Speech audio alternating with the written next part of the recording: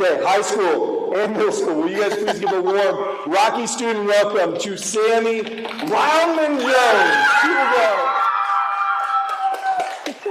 Here you go, my friend. Thank you, thank you. Bravo. All right, guys. Well, I'm really excited to be here. I want to let you know that every single one of you is in a fight right now. Yeah.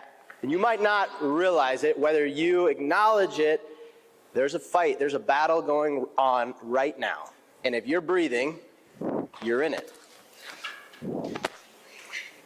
Okay, so Matt told you I'm a wrestler. I've been doing this my whole life. And today I want to share with you some of the weapons that I've learned throughout my career, some of the strategies that I've used that have helped me to be a high-level wrestler. I've made some world teams. I've been on Team USA.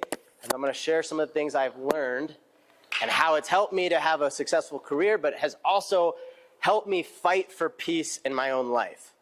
Now, fighting for peace, that's kind of an oxymoron, right? Do you know what oxymoron means? Yeah. Okay, it's like jumbo shrimp, fighting for peace. I'll share a little bit later on how that makes sense in my mind. But for now, so I started wrestling when I was 8 years old. I've been doing it, I'm 29, so I've been wrestling how long?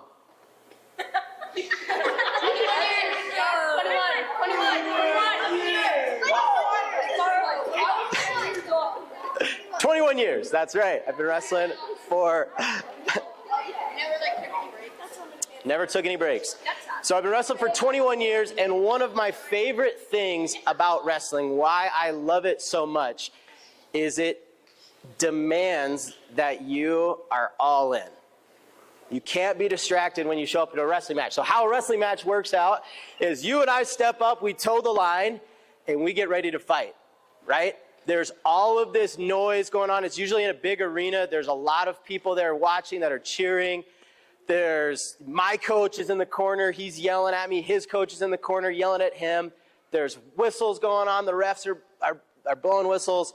So there's a lot of things that are distracting and that kind of are pulling for your attention. But here's the thing. If you walk out and you get distracted, you're going to get thrown on your head. Okay? I want y'all to Google some wrestling matches to kind of see what I mean, because we do throw each other on our heads. And I learned this the hard way in 2016. I went to Belarus with Team USA. So Belarus is one of the countries that is surrounded by all the countries you hear about in the news today. So Ukraine, Russia, Poland, Lithuania. It's really far in Europe. And the thing is, in Russia, or in Belarus, excuse me, wrestling is like basketball. That's what they're into. They love it. And the thing is they are really, really good at it. So this is a big deal for me to go out there and compete with these guys. And the way that a dual meet works is it goes weight class order. So you look at me, I am the smallest guy. So I am first up, all right? And I remember I'm in the kind of like the runway area. I'm getting ready to go, and I'm kind of getting focused. I'm getting in the zone like I normally do. And then all of a sudden, I hear them announcing the names of everybody that's coming in. And all of a sudden, I hear this I feel this vibration going on in the room. And what I'm hearing is this chanting is, Belarus, Belarus. The entire arena is going off. And so all of a sudden, I feel my stomach just drop. I'm the first one to wrestle, and I'm about to go out on the stage in front of all of these people, and this guy is going to try to kill me in front of all these people. And I in that moment, I lost my focus. I was not locked in. I was not thinking about how I was going to go out and perform and how I was going to attack this guy. I was going out I was like in a dream. And it's so different than how I normally compete, but I was out of my element. The match, it didn't last 2 minutes. I went out, shook hands. This guy put me on my head. He pinned me. The crowd goes nuts. And I remember laying on my back, and I'm looking up at the lights, and I'm like, what just happened? Right? I'm sharing this story because I learned a really powerful lesson that day that relates to what I told y'all about you being in a fight right now. You're in a fight right now.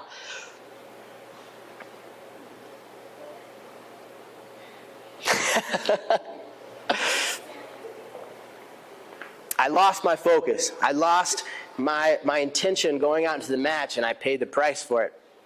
It wasn't fun. It's the same thing in life, right? Life is hard. It's loud. There's people around that are pulling for your attention. It's noisy. It's fast. It's up close and personal. There's stuff going on every single day that is pulling for your attention. That's this fight that I'm talking about. It's pulling for your attention.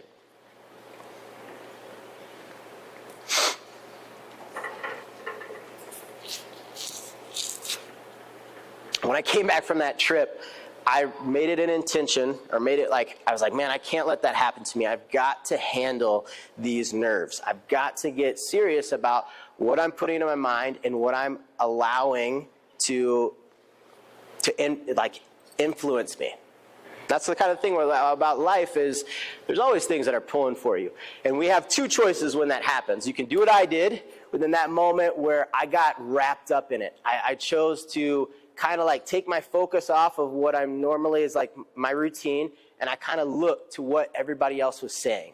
So that's our first option. Every day we have this choice. I can just engage with what's going on in the world, or the second option is I can choose to kind of pause the noise and redirect my focus to something that is greater in that moment. For me, that's my connection, that's my relationship with Jesus. But let me tell you, it was not always that way. Remember when I talked about that oxymoron of fighting for peace?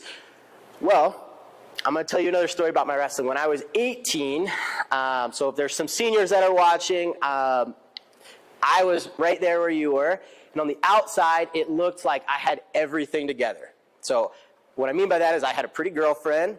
I had D1 scholarship offers. I was going places with my wrestling career. You know, I had some clout in my state. People looked up to me. But on the inside, I was really hurting. I was broken because there were some things that had happened in my life. So a few years earlier, I had a pretty intense experience. And I want y'all to hear me on this. This is something that has shaped my life. So when I was 15, a very close friend of mine took his life. And it shook me to my core. I can remember seeing him. I can remember being with his family. I can still have dreams about the cries of his mother. Like that, it was so real to me. And at that point in my life, I didn't have any of the tools for how to process these things. These are real emotions. And I know every single one of you have these big feelings that you've walked through that's unique to your life. But at that point in my life, I didn't have any of those tools. I didn't know what to do. So what I did is I took all of my sadness, all of that pain, and all of that hurt, the shame, the fear, everything that just came into my life, and I just pushed it down. And I just locked it up, and I said, you know what? I will never talk about this. I will never think about it, and I will never remember it again, and I'm just going to go on with life. Okay, so 3 years later, remember, 18, everything looks like I've got it all together. Well, inside, I was done with life. I was done with all of the things. I wanted to throw it away, and I did. I turned down all the wrestling scholarships, and in those 3 years, from 15 to 18, I made choices to numb all of the pain that I was feeling. There was a lot of things that were just kind of welling up inside of me that were banging at the door. Hey, you need to express me. You need to get me out. And I just didn't want to. I didn't want to deal with those things. So what I did was I numbed them. I made a lot of choices that hurt people that I cared about, separated me from my family. I was kicked out of my home because of the things I was doing. Like I said, I had all these scholarships, and I said, I don't want them. I'm done. So I lived in my car. I went to a local college, worked some bummer job.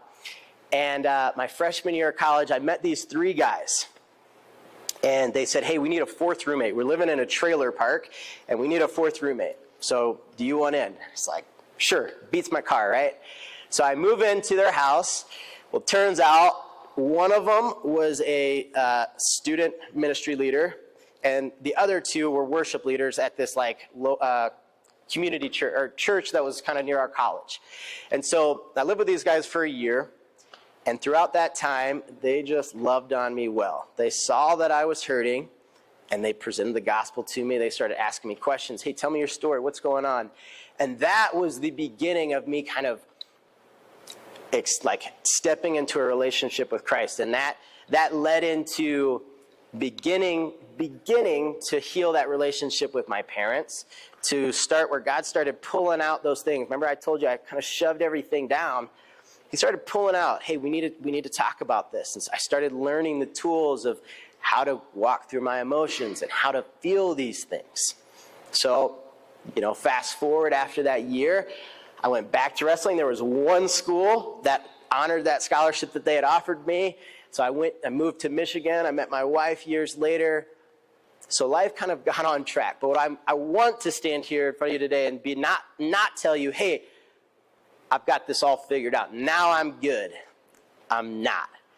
I still need Jesus today as much as I did 11 years ago. When I was at that point where I would consider that was the lowest point of how I was feeling, what was going on in my mind and what I was bombarded with, the way I would talk to myself led me down some very unhealthy paths. But by people loving on me well, by experiencing God's grace and his mercy, I started to learn about who I was and about who he sees me as and how he talks to me and how I should talk to myself. So one of the, so we talked about this fight that we're in, right? There's lots of things. This is just my story that was pulling at my mind and pulling at me. There's things that are going on in your life that pull for your attention. That pull for, you've got social media, you've got things that your friends are telling you, things that your teachers are telling you, things that are in the news that you're exposed to that are gnarly. Like, they're intense. They are, gnarly. Look at me, that's how I talk, right? But if we're not intentional with where we put our mind and where we focus, we can end up in some crazy places, like I did. There's a Bible verse, 2 Corinthians 10:5. So it says, take every thought captive. So every emotion, every impulsive feeling that I have, every one of those thoughts, it says take those things captive. So wrestle them. Put them, get them in a headlock and bring those things to God. And he's going to help you, all right, this is true. This is not. We're not going to talk about ourselves that way. We're going to take this out. It's going to help you fix your mind. That's what God's been doing in my life over the last 11 years, is by being intentional with my mind. And it makes so much sense to me, because in wrestling, like I said, when we're in a fight, when you and I are fighting, if I'm distracted, if I'm thinking about hey, Matt, give me a piece of pizza, you're going to blast double me, you're going to put me on my back, and you're going to pin me. And I can't let that happen. It's the same thing with life. If I'm distracted about all the things that are going on and what's cool and what I should do and what I should believe and who the world says that I am, and I'm going to step into that. Oh, who has the Bible app downloaded on their phone? Okay. Who looked at the verse of the day today? Okay, pull it up. This is cool. You don't. Oh, it's okay. Past 7 o'clock. Okay. The verse of the day in the Bible app, Romans 12:2. Do not be conformed to this world, but be transformed by the renewing of your mind, so that you may prove what the will of God is, that which is good and acceptable and perfect to him. So, renewing your mind. This is the idea. What that means, to renew your mind, means to take what's in there and filter it out. Is this good? Is this what God says? Is what I'm telling myself aligning with what God says about me? Is the truth that I'm standing on right now, is that my truth, or is that God's truth? And that only comes by spending time with him, by hanging out with him more than the time that I spend on Instagram. And I'm saying this to you not because I'm saying you should be off Instagram. This is for me too, because it's the same with what's coming into my mind and the influences that I'm experiencing every single day. I want to make sure that it's more of what God's voice sounds like and what God's voice is, as opposed to what the world's voice is. So if I could leave you with anything, I want to bring you this question. With sincerity, I want you to think about, what are the things that are in your mind daily, that you spend time on?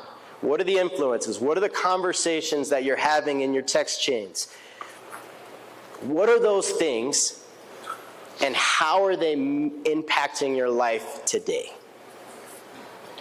I want you to think about that. And then I want you to think about, okay, if this is what I'm dwelling on today, and this is how it's making me feel, how does that picture play out in 5 years? If I don't change the way I'm thinking, how does that look in 5 years? How does that look in 10 years? How does that look in 15 years? You might be able to squeak by on some unhealthy habits for a few years, but eventually, I promise you, it'll catch up, and it'll bring you to your knees. Remember I shared the story. I had an experience, and 3 years later, I tried to just ignore it. I tried, and I turned to other things that didn't make me think about it. So not turning to God, because God's going to pull those things out immediately and say, let's fix this. I didn't want to do that. And down the road, it didn't bring me to a place of health. It brought me to a place of brokenness. So that's what I have for you tonight. Thank you for your time. And Awesome.